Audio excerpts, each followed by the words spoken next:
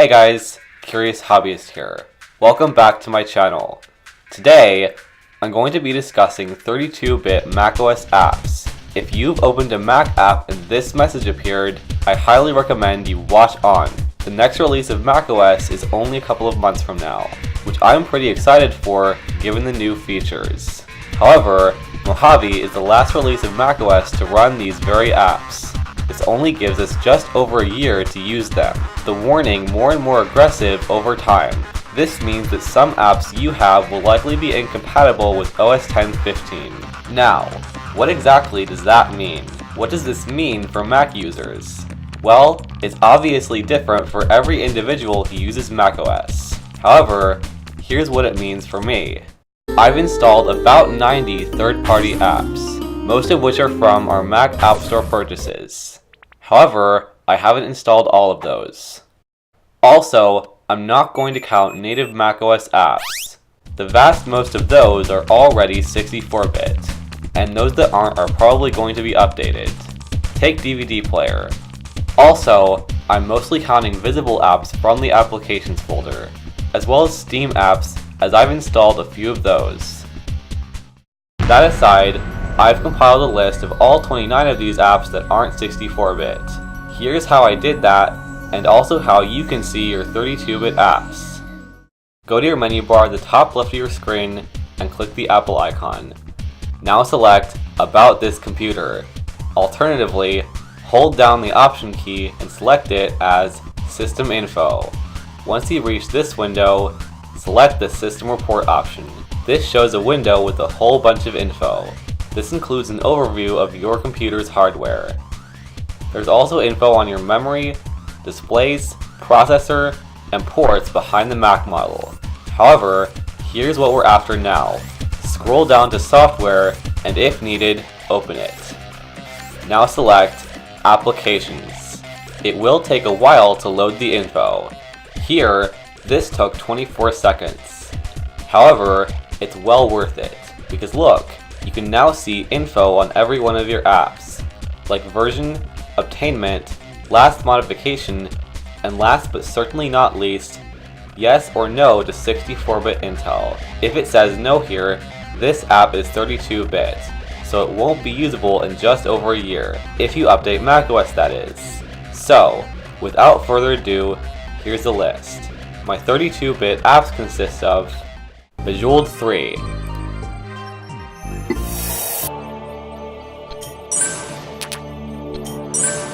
Blast Away,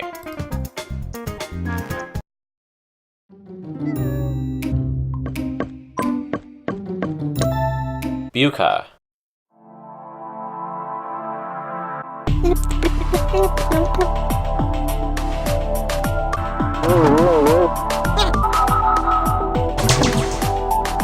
Cook Serve Delicious, a restaurant game with keyboard shortcuts.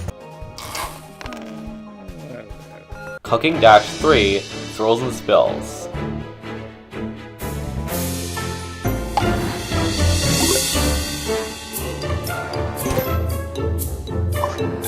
Crystal Tower.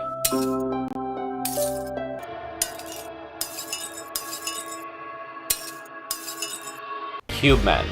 Fortunately, I've never understood how you play this.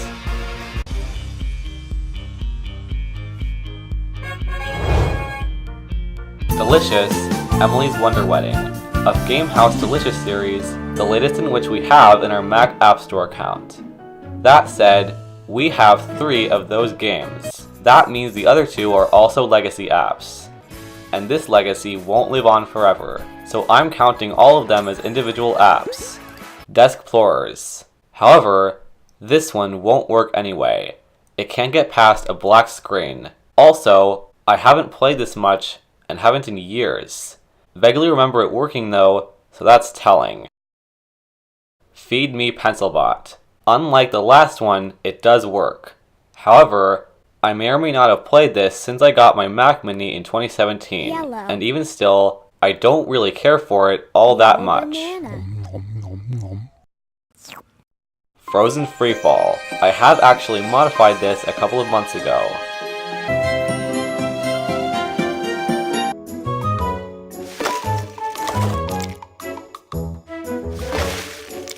Goremania 3 Zoo Zoom.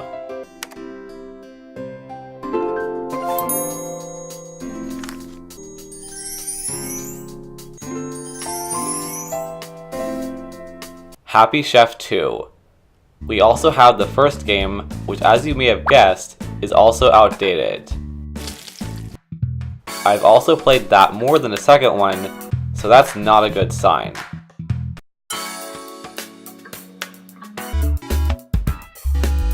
Kami, a paper-themed game where you fill in paper colors with limited moves. The paper effects are kind of cool, a bit disappointed. Lego Harry Potter 1 through 4. If you're a fan of this, I'm going to contradict myself to say this. If you have the macOS version, stop watching this and play the game. Or, if you don't have the macOS version, try to get some info on your version.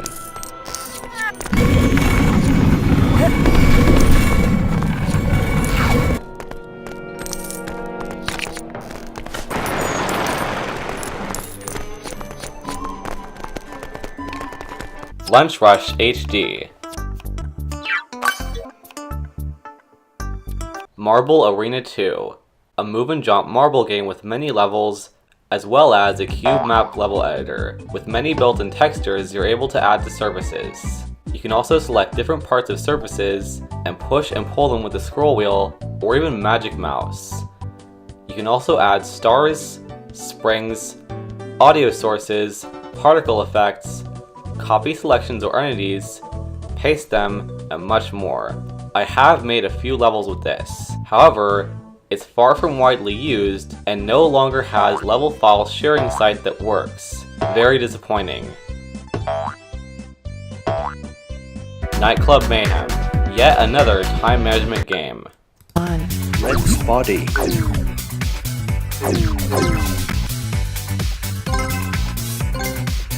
Peg Rush.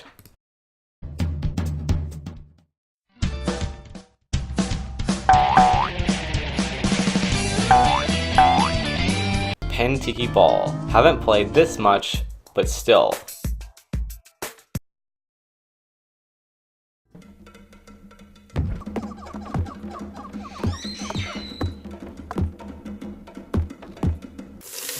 Pipe Roll. This game is kind of bland, but still, it is a memory.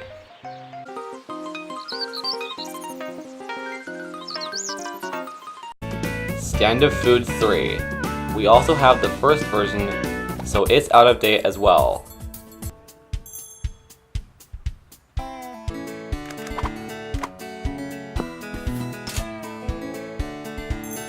The Steam client, which I've used to install a few games. The Impossible Game from Steam. However, there is a version for iOS that's still playable on iOS 11, which already endured the 32-bit phase-out. Also, this version does have some input lag, at least at high resolution. It didn't here, as this window was 640 by 480 res. Maybe if it was 64-bit, it wouldn't have this issue as much. VVVVVV, or V, or V by Terry Kavanagh. I'm not him, so I don't know how you pronounce it. Good game, with a hidden flash projector, more on that in a future video. However, there is a version on Steam that's 64-bit and isn't flash-based. And yes, there is a Mac version. So I'd recommend that instead. So that is pretty much all of them, which makes up about a third of all third-party apps. Please feel free to list your 32-bit apps in the comments below, even if you only list how many. Also include the number of other apps you have. If I get to 100 comments, I might use those to put together a survey of 32-bit app percentage. Fortunately, some of these apps may not stay that way. One obvious example is Steam. Steam is still 32-bit. However, it's widely used to install many 64-bit apps, and some of which do not require Steam to open them through. You can locate them, at least on macOS. For more info, click on the top right or follow the link below. Also, because it's widely used, there is reason in doubt they won't update to 64. However, it is being updated regularly. So why is it 32-bit? Is it going to update? Slightly worrying to say the least. As for some of the games in the list, a couple are made by huge companies and based on huge franchises. Take for instance, LEGO Harry Potter and Frozen Freefall. However, Freefall was last updated in 2015. Spoiler alert, 8 years after the first 64-bit app. From modding this app, I know they use Unity 4. In fact, I used the latest version of that engine. It may have had an option for 32-bit Mac build. Mine doesn't, but okay. It also says version 196. This likely means many updates. And what's new in that version? Well, according to Disney, that is as follows. Minor bug fixes and optimized performance. Wouldn't a major improvement for modern computers, even at the time, be to build a 64-bit app? At that point, they may have used hardware that's older and can't build 64-bit apps. Is that a thing? I know, it's just a match 3 game. But still, Disney made it. Really? Anyways, we do have to ask, when was the first 64-bit Mac app? Well, it dates back to 2007 at latest, the year of macOS 10.5 Leopard, which fully supports these apps on PowerPC or EM64 computers. Also, in 2011, Apple made macOS Lion, which runs 64-bit apps even on machines that aren't able to run the 64-bit kernel. Our old Mac ran Lion, and it could run 64-bit third-party apps. So, this is correct. So, if it weren't for any other reasons, any apps made after that could be 64-bit, especially apps from large companies like Disney and Feral Interactive. It's fairly clear that app developers upstream are part of the problem. So, what might some be doing that makes them behind on date? Firstly, it does depend what kind of game engine they use. Again, 32-bit apps can still run on modern Macs, at least for now. So, it's no surprise that some of these people could still be using 32-bit game engines, even if they're getting regular updates. That's until Apple stopped allowing those people to publish apps they built with them. Interestingly, I use the Unity game engine. I know they have an archive of older versions of it. So, it may still have a 32-bit version. If I wanted to use that for some reason, I might be able to. But why even bother? It's being updated all the time to this day. However, there may be some other engines that aren't updating, and therefore may have issues like not having a 64-bit build feature. So some developers may keep using it, and it may happen to be years out of date. The solution is, use a program that's always updating, not one that isn't or stopped updating. And should I have to mention this, update regularly. Second, they may be using old hardware that can't run 64-bit apps. In that case, a similar scenario could occur. They may think they don't need to upgrade, just because they're still able to build apps. However, it may be due to a jump, like PowerPC to Intel or 32 to 64-bit. This may cause their future apps to fall into disuse in less time.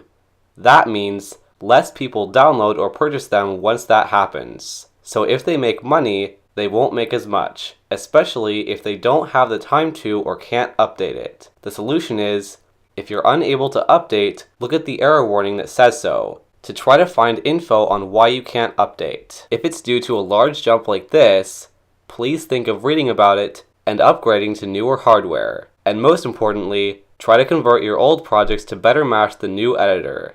I'd recommend doing this as soon as possible, and that way, the latest version is earlier by the time you do this. In the event of any update, it's always a good time for that. You may be able to update them for future use and deployment. It's always good to stop and think ahead. Also, a couple of these apps don't work right, at least on modern computers. One example is Deskplorers. Cooking Dash also has the following issue. If you try to open it, it only runs a black screen, and after some time, it just quits, unless the game is set to windowed mode. In Emily's Taste of Fame, I couldn't pass this screen on macOS Sierra. I tried to click OK, and nothing happened. However, it works fine now. macOS Mojave is coming up in a couple of months. So, in the future, I will be focusing on those 3 apps, as well as 32-bit apps in general, so as to make them less obsolete. If you've installed any apps on this list, you may find them interesting. Anyways, for now, I hope you enjoyed watching this video. If so, feel free to like it, share with family and friends, and sub to my channel for more content. If you want to get notifications on new uploads, click on the bell icon after subscribing. I typically try to upload new videos on Saturdays or Sundays. Also, you can check out my channel. To do that, click on my icon or channel name just below the video. For any questions or requests you have, you can let me know in the comments below. As always, thanks for watching.